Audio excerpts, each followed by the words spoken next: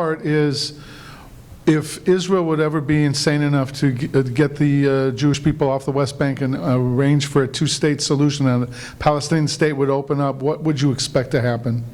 A continuation of the jihad. They will still kill Jews. Look what happened with Gaza. Everybody told us, remember, 2005, 2006, Israel will get out of Gaza and a new era of peace will dawn. And the Palestinians will find something else to do besides kill Jews. And Mortimer Zuckerman, the publisher of the New York Daily News, raised $14 million among American Jews to buy the greenhouses that the Israelis had built in Gaza, to give them to the Palestinians so that they would have gainful employ and could turn away from the jihad and live ordinary lives. And immediately after they were gone, the greenhouses were destroyed and were converted into weapon smuggling tunnels. And that's what would happen with a Palestinian state. It would just become another jihad base like Gaza. So based on that, my second question, or second part, is that it appears there's no end to the conflict. There's nothing that can be done other than to wipe out Mecca and Medina, and Allah can't protect us. Please just ask questions, don't make statements. Well, the problem is, could be done. If Allah couldn't protect His holy ground, how can the Muslim then be expected to conquer the world? anti-Semitism and hatred of Jews is intrinsic in Islam. It's an existential threat to Islam. The reason Muslims hate Jews is not because of the 1948 war. The reason Muslims hate Jews is because it goes back to the 7th century. There are commandments to kill the Jews wherever you find them.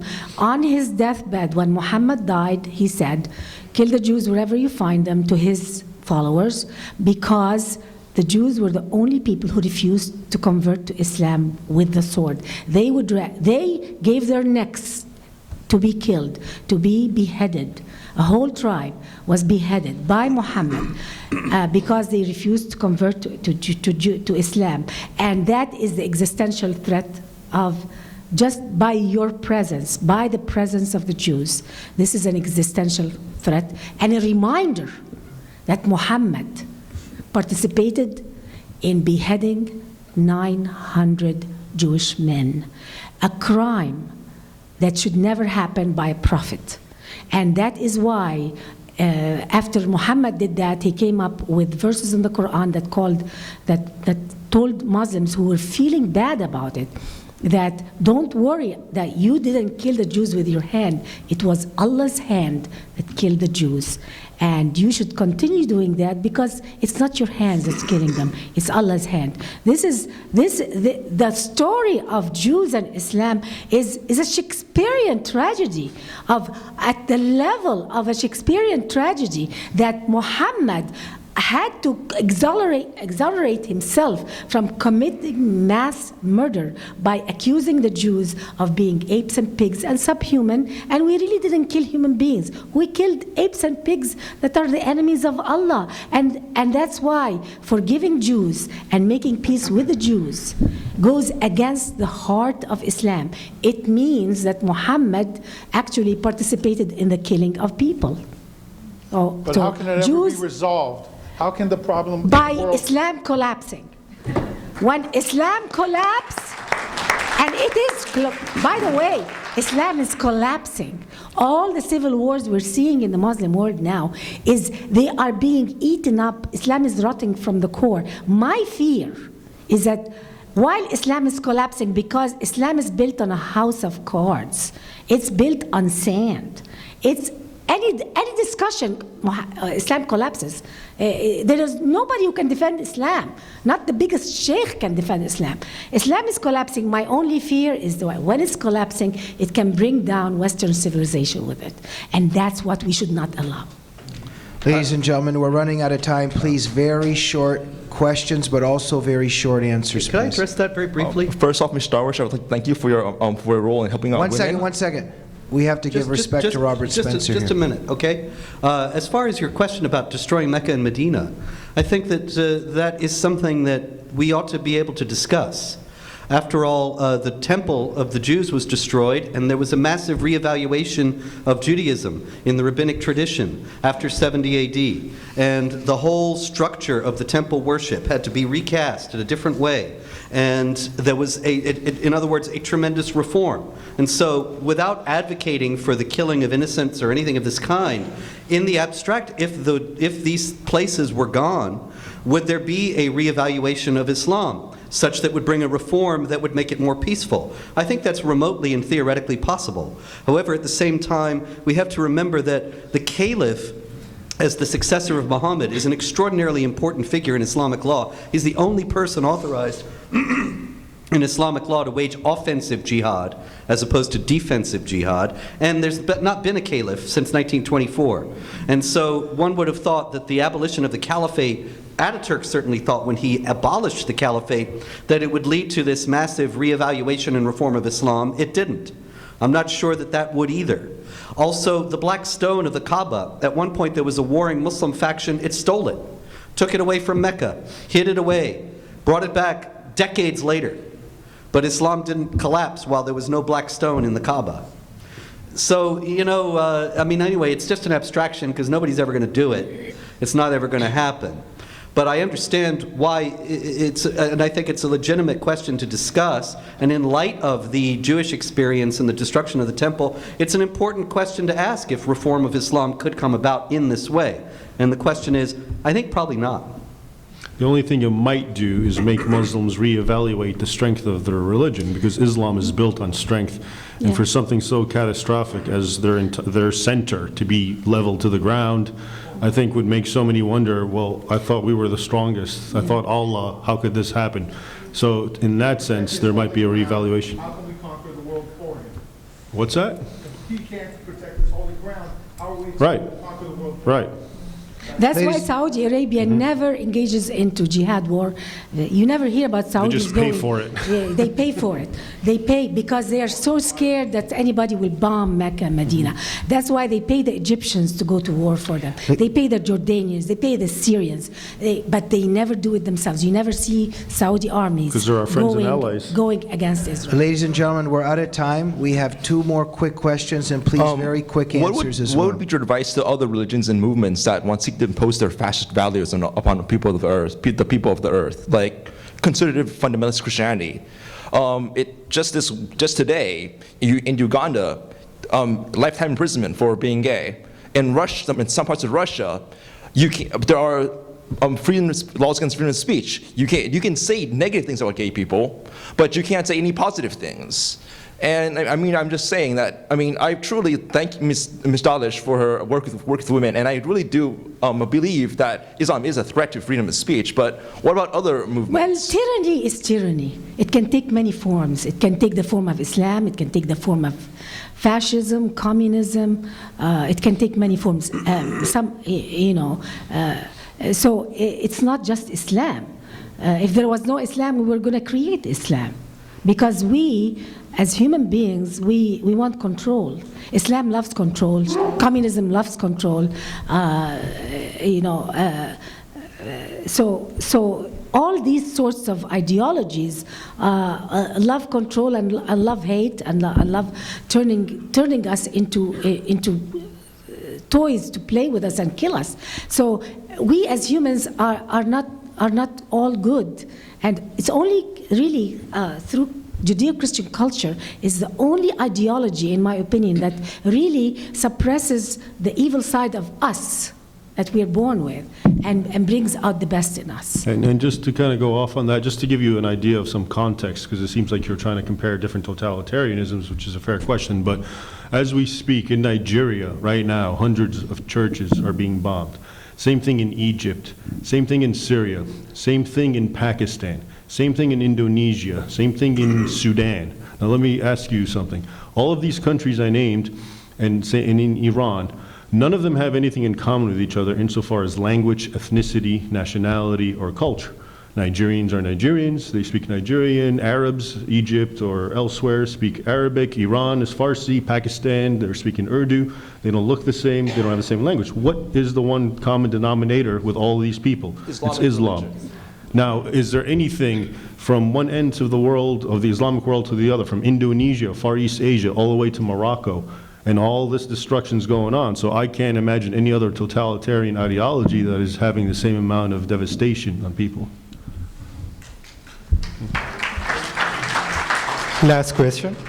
Would you like to hear the words Obama and President Obama used less, and the phrase President Barack Hussein Obama used more? I really don't care. I never voted for the man. And whether his name is Hussein or not, the man is a big sympathizer of the Arab world and the Arab cause and Islamic. I'm not saying he's a Muslim or not, but he's very weak, and he's surrendering to the Muslim world. He's not good for Israel, that's for sure, and he's not good for freedom. I think the man by nature is, we think we have the first black president. No, the first black president was Bill Clinton. We have the first Arab president. Ladies and gentlemen, I just want to make one comment and maybe a question from the moderator himself. If people look around in here, this place is not even half full. It's also a university, not to be ageist or anything, but it doesn't seem filled with a lot of young students. I think that this is really, really frightening. It's a frightening phenomenon of our time that the younger generation and students are not even interested in fighting for the freedom of their own country. Is there a young person here today or a student that could comment on the fellow students and the apathy and disinterest? There's one right there. I'm not a student. You look very young. I started in my home with my kids. Yes. And that's where it starts. Yep, absolutely. We're not doing it at home, we're not teaching our family, our sons and daughters the danger, then there's no hope for anything outside our sphere of influence. So, I don't mean to take the time. No, I just find it amazing. I mean, Jeff and Kazra have made this event. We have Nonie here and Robert and Raymond. This is such an opportunity for young people to come and all we see is... They're ashamed. You know, They're ashamed of coming. They're scared. Universities are all about diversity, except diversity of thought. The students said last week or 2 weeks ago that they ordered the university to divest from Israel. So I'm sure this is a campus where the Jews are low-key and trying to just, they should go somewhere else, in my opinion. Are there some young people or students here that feel a bit afraid being here today, that maybe something you would be unpopular? So I think we just...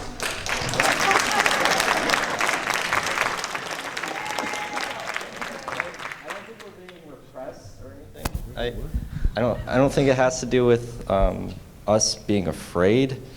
I think we're just kind of apathetic. Why are we apathetic? Well, school is really tough, and life is tough, and we all kind of get stuck in our own little bubbles. It's the same reason that we don't,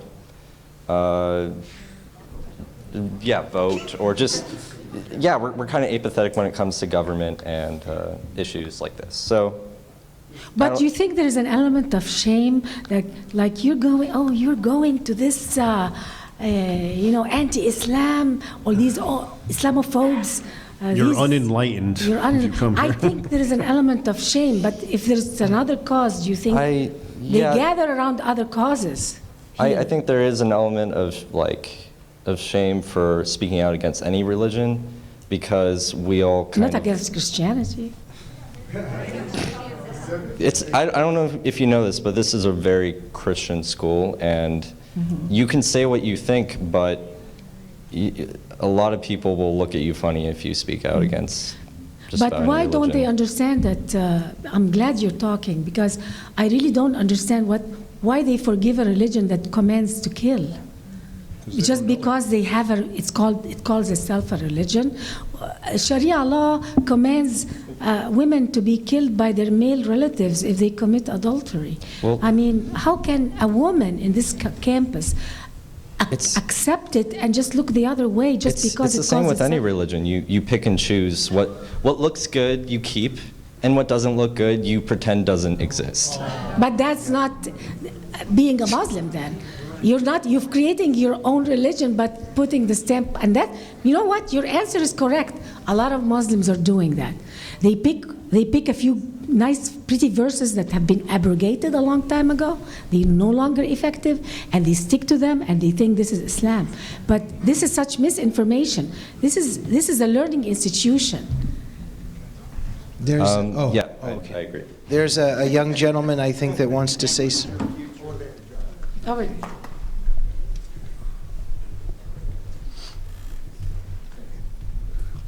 I don't know if it's apathy necessarily, but it's a combination of ignorance.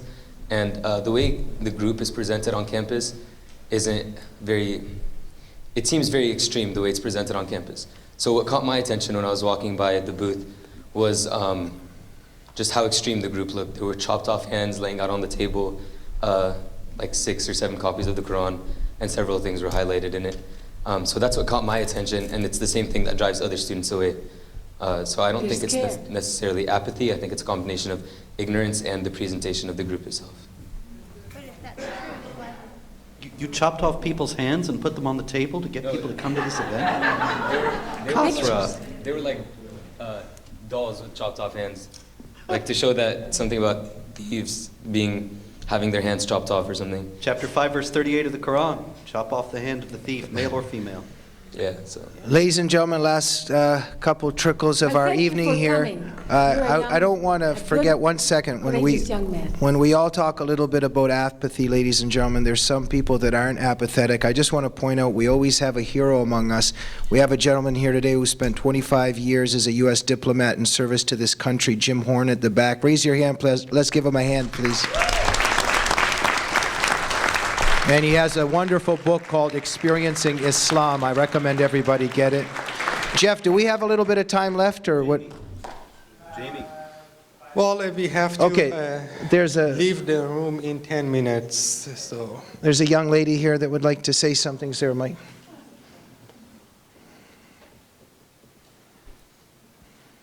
Hi. I do agree on a certain level that one of the big factors is it could be apathy, but it's also the fact that the line between freedom of speech has been kind of blurred to the point where one criticizes or questions one religion.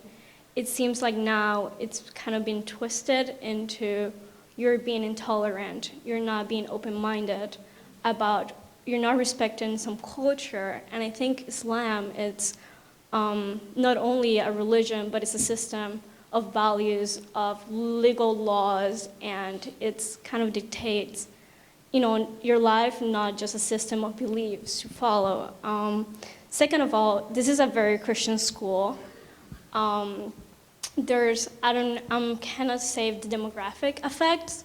I don't think the majority are Asians and Caucasian that might not be affected by this. I also think UCI kind of has this kind of low-key approach. We have been spoken about the Syria massacres and so on, but at the same time, we're also living in a society where we have too much information at the same time, where I think it kind of bleeds into misinformation sometimes.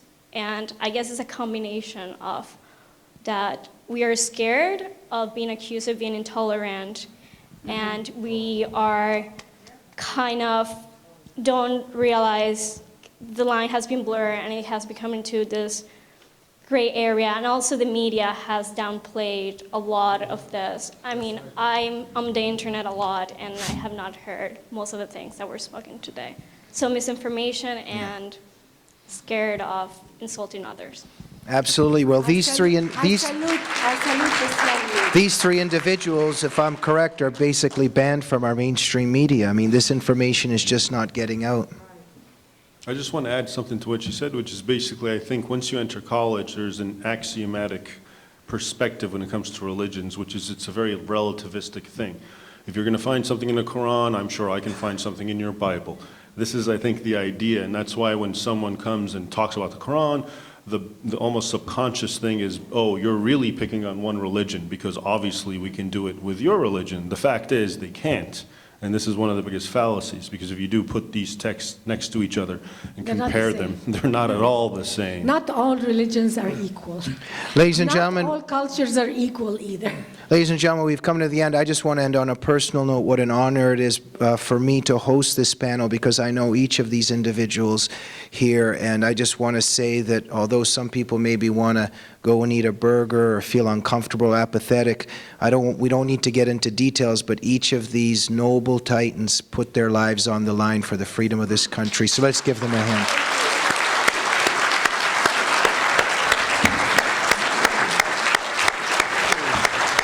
Thank you very much for joining us this evening. Nonie Darwish, Raymond Ibrahim, and Robert Spencer. Thank you everyone for coming to this special event, and thanks Robert, Raymond, Nonie, Jamie for accepting ECI's invitation to speak tonight. It was a great honor for us to have you and these great speakers. Thank you very much. Have a great night. Thank you very much. I really mean that. Thank you for doing what you do. Thank you for all kinds of encouraging words. It was good to hear. I know.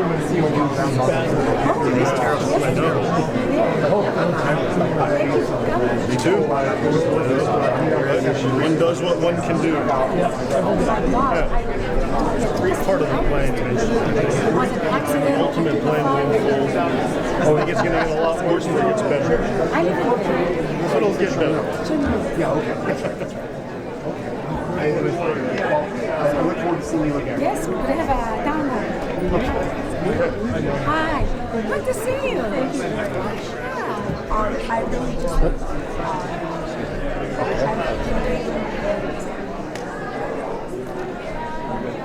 Thanks again. Thanks for coming. Thank you. Well, thank you once again. Yeah, good to see you. Yeah. Oh, great. Bring us out again. All right. Absolutely. Thank you. Thanks very much. Absolutely. See you.